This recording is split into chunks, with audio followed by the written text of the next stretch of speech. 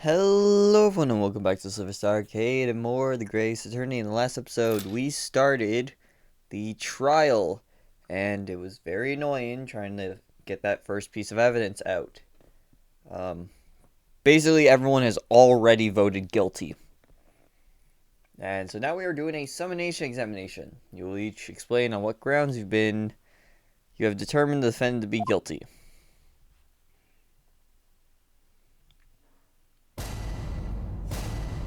Judicial findings. The jurors' contentions. For pity's sake, that little Nipponese oddity already admitted himself, didn't he? If he said that a woman in green collapsed before his eyes, why, it could only have been the victim. The man wouldn't have gone around the houses on his way back from the bookshop, not in winter. So the poor woman was attacked from behind, was she? How dreadful. I don't really care. Can we just wrap things up now? I've got work to be doing. Your books. Yes, nice shop that. But bourbon books? No, not worth a visit.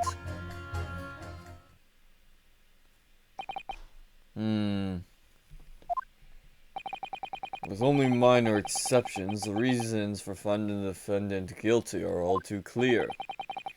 When the stabbing occurred, the only two people at the scene were the victim and the accused. And the accused himself has admitted to seeing the victim in her green overcoat sink to the ground before his eyes. Furthermore, we have heard from the inspector that the defendant then fled the scene. I must say, I would have ample grounds to convict this man already. Oh dear, even the judge appears convinced of Mr. Natsumi's guilt now. Why do you have to run away like that? And how are we supposed to believe in some phantom attacker that nobody could see? This is impossible. How can I possibly make a case for the defense? Mr. Naruhodo, this is no time for grumbling. If we want to force the trial to continue, yes, I know, I have to turn the tide.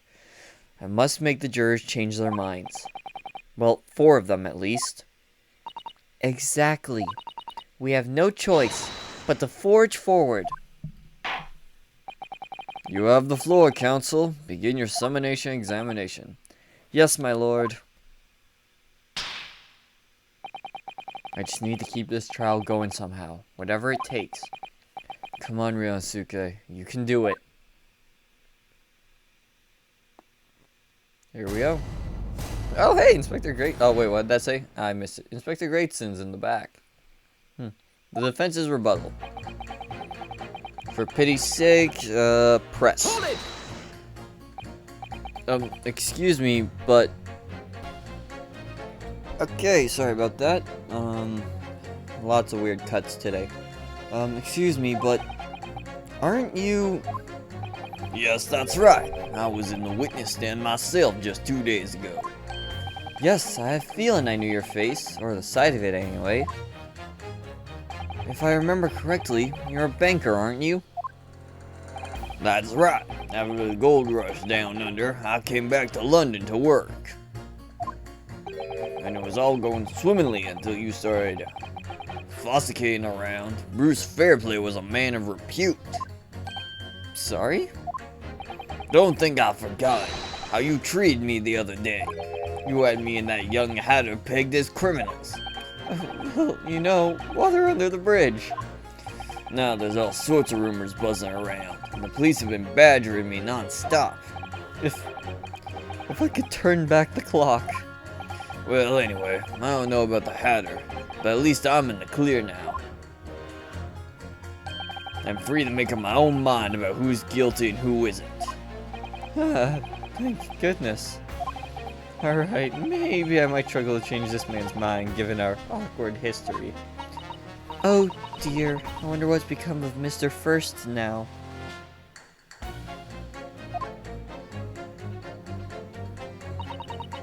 If he said that woman in the green collapsed before him, press. Hold it! You're right that at the time of the incident, The defendant admits to having seen someone wearing a green overcoat walking ahead of them. Well, quite, that's precisely my point. Clearly, that someone wearing green was the victim. And clearly, that funny little Nipponese man with the disturbing mustache is the culprit. But let us not forget, madam, the defendant vehemently denies attacking the woman. Why, of course he does. If he admits to stabbing her, his life is over. The man is obviously a liver-faced coward, honestly, claiming the woman simply collapsed before his eyes.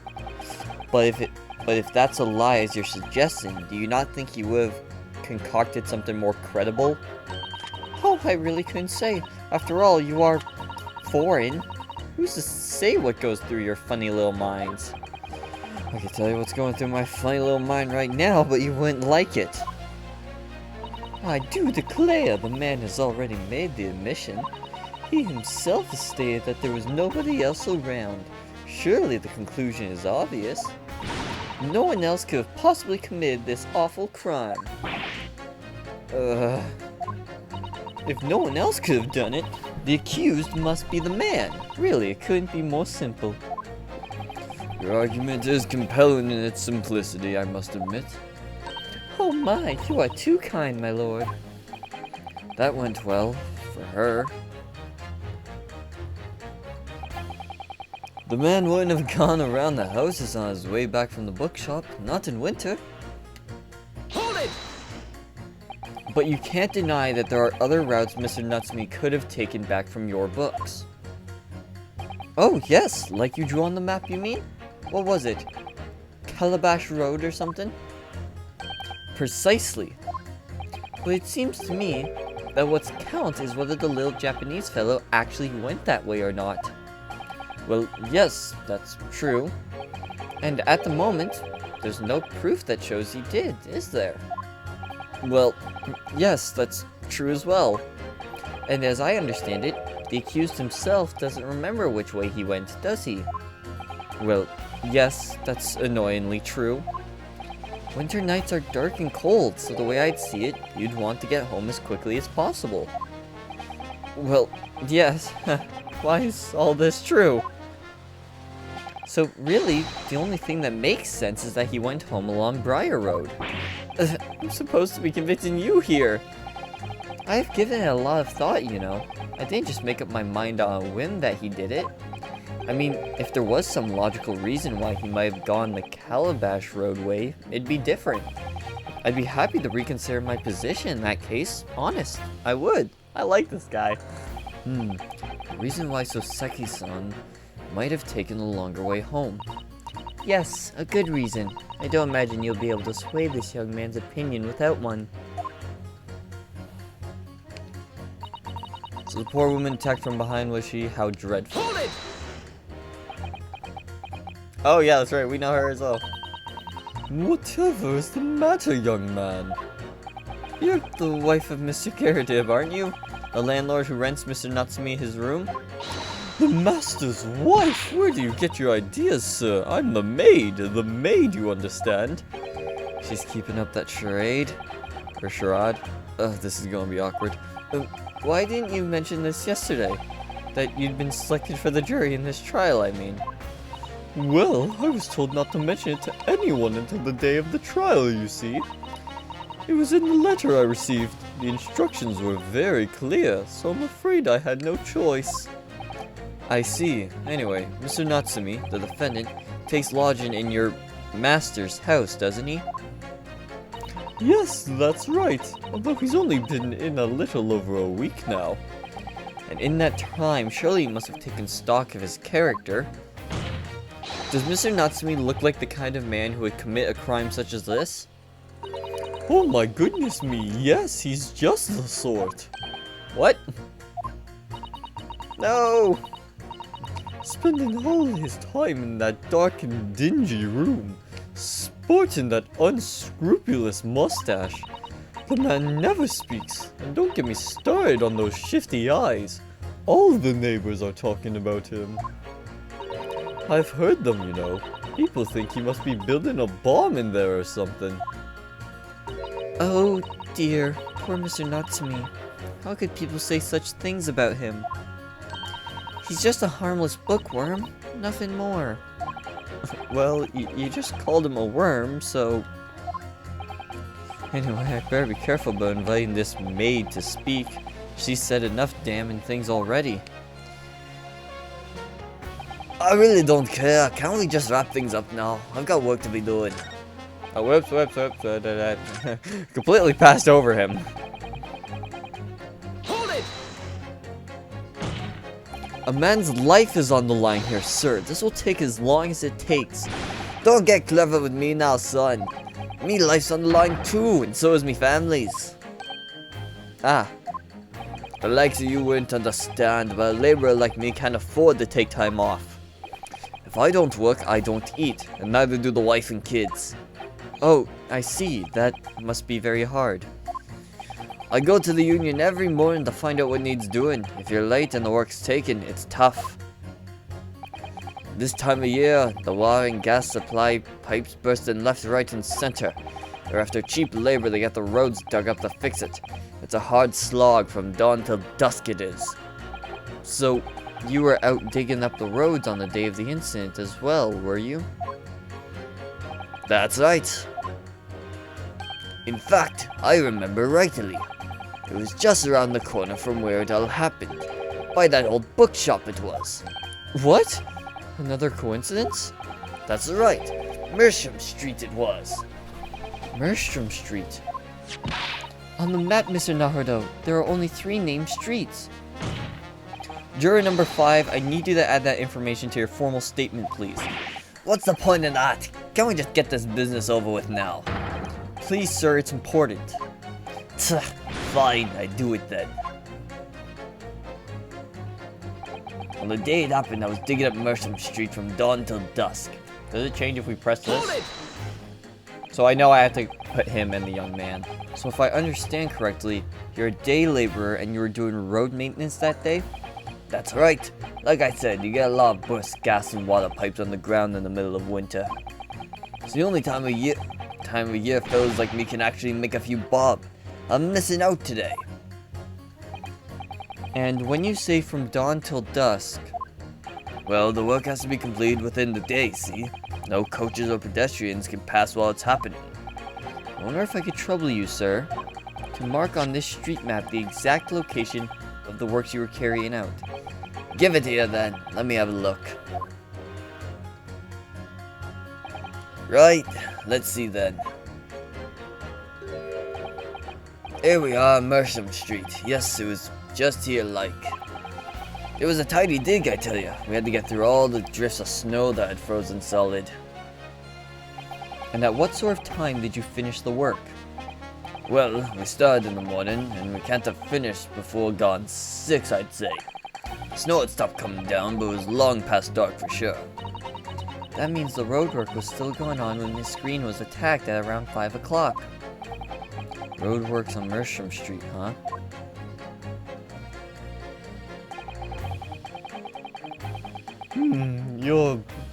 Your books.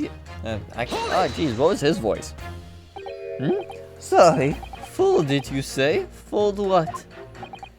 No, what I said was hold it. What I wanted to ask was, do you visit your books often? I like... What? Fudge, why can't I do the voice anymore? I like the old books they have there, yes. I enjoy reading over a nice cup of tea. That's me. That's my daily routine. Why can't... Same thing Same... No, what the... I feel like I'm having a brain aneurysm. That's my daily routine. Same thing every day, including the day you're all talking about. And at what time do you visit your books on the day in question? Well, I was picking out books in there all afternoon. It would have been just before 5 that I left. That's my daily routine, you see. Same thing every day, including the day you're all talking about. Eh? Good, the day you're all talking about. No, just before 5, you say, exactly when the victim was attacked. Are you sure about the time? Oh yes, no mistake there. I remember it well. I'm not about to forget that day in a hurry, not after the dreadful time I had. What do you mean? Well, I was walking down Calabash Road when I slipped on the ice and donked my head. It's always worse after the snow stopped falling. That's when it's most slippery. Knocked myself clean out, I did. Really thought my number was up. Wait a minute, let me get this straight. He's the guy in the green coat. This happened on Calabash Road? That's right, I live in Cornpipe, you see. Riding down Calabash Road is the quickest way for me to get back from your books. Juror number 6, I must insist that you add that information to your formal statement. It may very well be extremely significant. Sorry, extremely sick. No, I'm quite alright now.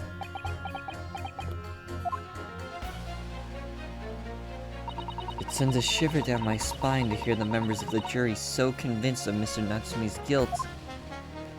But I can't help feeling that some of their opinions are rather subjective. I agree, it's the irrelevance of what some of them are saying that sends a shiver down my spine. Still, at least some of their assertions don't actually incriminate Mr. Natsumi of anything. That's something. We must use that to our advantage, Mr. Naruto. Cunningly. No, sorry, Naruhodo. Yes, you're right. Let's listen to the jurors again carefully. And if any of their assertions are at odds, I'll pit them mercilessly against each other. Yes, don't hold back. Pit them all against each other. Stop reading my mind, please. Alright. Can I present? No, I can't, so I just have to pit. Okay. Pit him against him. Objection! Those two statements are clearly at odds with one another. At odds, counsel, explain yourself. Please, don't point. It wasn't me, I swear. What? I just want to get this done and dusted. Well, juror number 3? Oh, me? Sir, why, what do you mean? Juror number's 5 words just now are extremely significant. Let's take a moment to consider the implication of what's been said on our map of the local area. On the day in question, Mr. Natsumi visited this bookshop to purchase a number of secondhand books. And on the same day, we know that there were works being carried out on Merstrom Street, making it impassable, which means that the defendant's route home could not have taken him along Merstrom Street and down Briar Road. Oh, yes, of course. What do you think, sir? Well, yes, you can't argue with that, really, can you? We must have had a good 2 yards or more of the pavement up. Every gentleman and gentlewoman that came along had to turn back and go the other way. So, the only conclusion is this. The defendant must have taken the longer route back to his lodgings. Yes, I suppose he must have. I suppose that must be right, eh? Juror number 3, you said the following. The man wouldn't have gone around the house on his way back from the bookshop. But, we see now that he had no choice. Yes! My lord, Mr. Judge, sir, if I may. Yes? I don't think in all good conscience that I can say the man's guilty now. Yes, I'd like to see the trial continue so we can get to the bottom of what really happened. I like this juror. I really like him. What about you, sir? Who, me? Well, alright then. If there's a hole in the prosecution's argument, it should be filled in, that's what I say. Well, that's more southern. And that really did hammer on my throat. Oh, well done, Mr. Naruhodo. That was wonderful. Well, we've managed to change a couple of minds at least. It strengthened our position somewhat. Yes, and it will prompt the other members of the jury to reconsider their stance as well. They'll be asking themselves if their current leanings are really right or not. Now, if we could just identify one more clue or discrepancy that would make them stop doubting Mr. Natsumi. we might be able to tip the balance completely. Yes, that's exactly what we've got to do. Von Zieks is looking to bring this trial to an early conclusion. That's what we have to prevent, by whatever means we have at our disposal. Oh yeah, that's right, he's not allowed to talk during this. Thank you, Counsel. On the summation examination, please. Yes, my lord. I have to say not guilty at this point, so I can see where the trial goes from here. Whether it's digging up roads or digging up the truth, you gotta see it through to the end, haven't you? I slipped over that evening myself on Calabash Road, knocked myself clean out.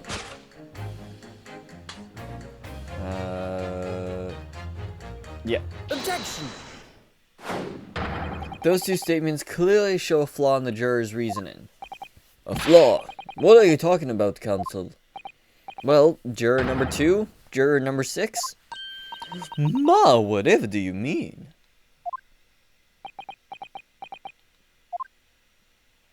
I think perhaps the old man didn't hear you. Unbelievable. It's not like I was loud or anything. There is at least one fact of which we can be sure here. The bookshop receipt found in the defendant's room clearly indicates that on the day of the attack, he had been to your books and purchased a number of second-hand titles. He then returned home on foot. But the man says he has no recollection of his return journey. That's correct. But what he does remember is seeing someone appear in front of him on the way. Someone in a green overcoat who suddenly collapsed on the pavement before his eyes. Yes, we are all well aware of this. The poor young woman who was stabbed, obviously. Objection! Can we really be sure of that, madam? Ma, whatever do you mean? I'm sure you've heard juror number 6's account of what happened to him that day. That same afternoon, there was somebody else apart from the victim who was wearing a green overcoat and who fell over on the icy streets in the neighborhood. Oh, ma! Oh, Fairplay took notice of that. My goodness, you mean... That's right. I'm referring, of course, to hard of hearing juror number 6. Are you really suggesting that the person in the green overcoat whom the defendant saw collapse in front of his eyes was the jolly old gentleman at the end of the bench here with me today? That is entirely possible, yes. After all, the old man has a somewhat similar build to the victim. Well, look at that. My goodness me. Sorry, you need a pee? And crucially, we know precisely where the old man in the green overcoat fell. On Calabash Road. Therefore, if the person who Mr. Natsumi saw collapse in front of him was in fact juror number 6, it means the defendant must have taken the long route back to his lodgings. And if that's true, then clearly, the crime scene on Briar Road where the woman was stabbed was not on his way home. Oh ma! You idiot old man. If you hadn't been so daft as to be roaming about, we'd have boxed this off hours ago. Oh, really? What were you thinking wearing such a befuddling coat? What did he say to me? Is it a crime for the elderly to walk the streets these days? Is it a crime to slip on the ice? Is it a crime to keep up with the latest styles and wear a beautiful green overcoat, is it? My voice is doing a number on me. What is it, Jezebel? My lord, I do hope it won't cause any inconvenience, but... You'd like to change your leaning, I presume? I do declare that I would. I should like to call for a verdict of not guilty. Thank you. And I would too. What? Is it a crime to change your mind? Is it? Well...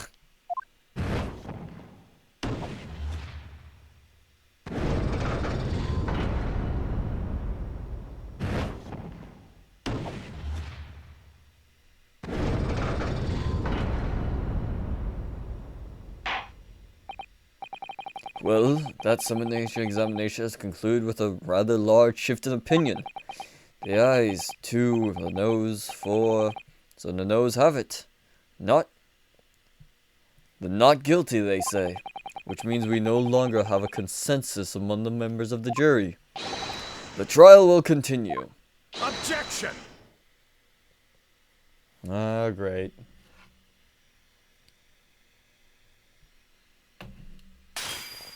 Damn, boy, how many of those things do you have? Could it seem churlish of me to drink from my hallowed chalice moments after raising an objection? Nah, it's just obnoxious. Only to crush it in disgust. Pray forgive the discourtesy. Lord Von Zeeks? It seems I must retract my earlier remark. What do you mean? I mistakenly credited these jurors with intelligence by describing them as insightful. Yet we have just witnessed them falling for a cheap trick performed by an Eastern entertainer. Eh? Whatever do you mean? Objection! I haven't tricked anyone. Everything I've said is the truth. Indeed, stalwart juror number 5 was undoubtedly repairing the road, as he claims. I believe you said it was a good 2 yards of the pavement which you had excavated, sir? Greetings. How do you describe it? Bleeding Scotsman. That's right, took me the whole day and they paid me a measly tuppence for it. Now, my learned Nipponese friend, tell me, do you have any notion of the distance that 2 yards represents? Well, if I'm not honest, I don't have a clue, no. 2 yards is a little less than 2 meters. I can't visualize anything in my head. Less than 2 meters, that's not much at all. In other words, a distance readily vaulted by anyone of moderate vigor. Would you not agree, my stalwart friend? Me? Well, I can't say you're wrong, no. What? And did you perchance erect a sign to prevent pedestrians from passing the site of your works? I wouldn't dream of it. What a waste of time. No coaches would have had a hope of passing anyways. And we just turned any gentlefolk back when they came. Kids just jump over us all the time. The accused is no gentleman as far as I can see. I have little doubt, however, that he could spring over a 2-yard trench in his meanderings around town. No. Is that true, is it? The incontrovertible truth is that the books just purchased by the accused were found at the scene. There can be no doubt that on his way back to his lodgings, Mr. Natsume walked down Briar Road. Ugh, crushed in a single sentence. And, old man, Cold man, you can talk. you say that around 5 o'clock on the day in question you slipped and fell on Calabash Road. Pray, was there a suspicious-looking Nipponese behind you at the time? Oh, I can't say as I remember. You don't remember? How about a wager, my learned friend? You say it was this old man that the accused saw, but I would lay 1,000 to 1 against you being able to prove it.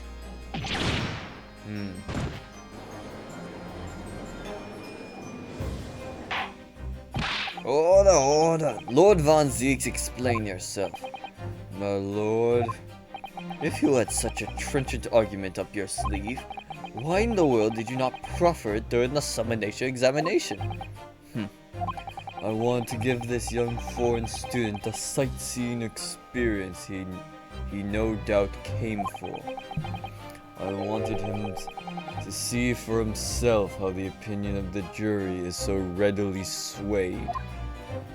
But my hospitality has its limits, and they have been reached, I feel. Damn! So, my learned friend, today's sightseeing tour of London is now over.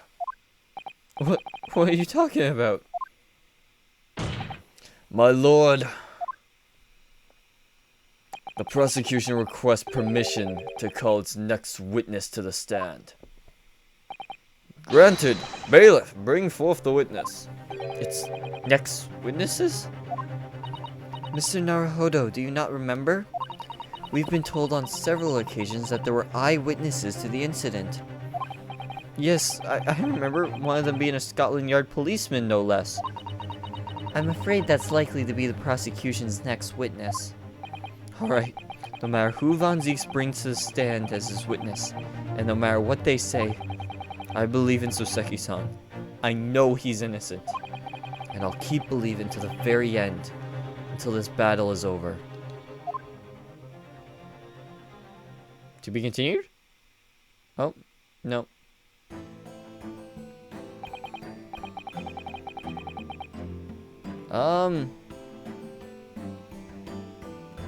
Do we have time, or should we cut this episode short?